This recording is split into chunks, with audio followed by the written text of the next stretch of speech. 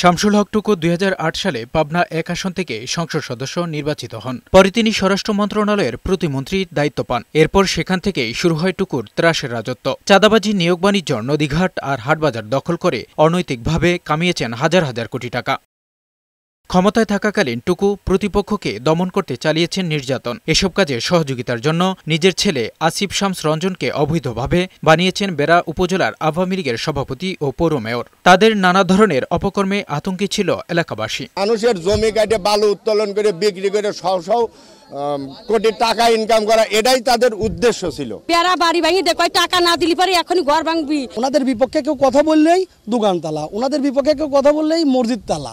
এই সিস্টেমটা টুকু সাহেবের ছেলে এবং টুকু সাহেব নিজে করেছে। বেড়ার হুরাসাগর নদী ও তার আশপাশের প্রায় 100 একর জমি দখল করে টুকু বানিয়েছেন নিজের প্রয়াত স্ত্রীর নামে লুৎফুন্নেসা ট্রাস্ট।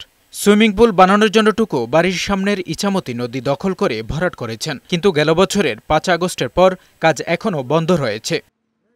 অবৈধভাবে বালু উত্তোলনের ব্যবসাও করতেন সাবেক এই সাংসদ। বালু উত্তোলন করে হুরাসাগর নদীর পাশে প্রায় 2 একর জায়গা দখল করে রেখেছিলেন টুকু তার পরিবার। এদিকে জাতীয় নির্বাচনে তার বিরুদ্ধে নির্বাচন করায় প্রতিপক্ষকে মিথ্যা মামলা, বাড়ি ভাঙচুর সহ পুলিশ দিয়ে নানা নির্যাতন সহ হয়রানির ব্যাপক অভিযোগ রয়েছে তার বিরুদ্ধে। শামসুল হক টুকুর প্রভাবে কোটি কোটি টাকা এখান থেকে হাতিয়ে নিয়েছে। বিআইডব্লিউটি এর অনুমোদিত এই ঘাট তাদেরকে দখলে আসতে দিত না। সরকারের যে বাজেট এখানে তার কোনো 4 বছর কাজ করা হয়নি। এইটা পৌরসভাটা তদন্ত করি টাকা কোথায় গেছে, কোনে খরচ করছে, তার একটা ব্যবস্থা করা। এসব অভিযোগের বিষয়ে মামলা হলে আইনগত ব্যবস্থা নেওয়া হবে বলে জানিয়েছেন পুলিশের এই কর্মকর্তা। 5 আগস্টের পরে রাজনৈতিক সহিংসতা বা ওই ধরনের কোনো বিষয় না, আমাদের এখানে কোনো মামলা রুজু হয় না আপাতত। এ ধরনের কোনো সহিংসত পরিস্থিতি যদি মামলা রুজু হয়, সেক্ষেত্রে আমরা প্রয়োজনীয় আইনগত ব্যবস্থা গ্রহণ করব। সাবেক এই ডেপুটি স্পিকার গেল বছরের 5 আগস্ট শেখ হাসিনা সরকারের পতনের পর গ্রেফতার হয়ে কারাগারে রয়েছেন।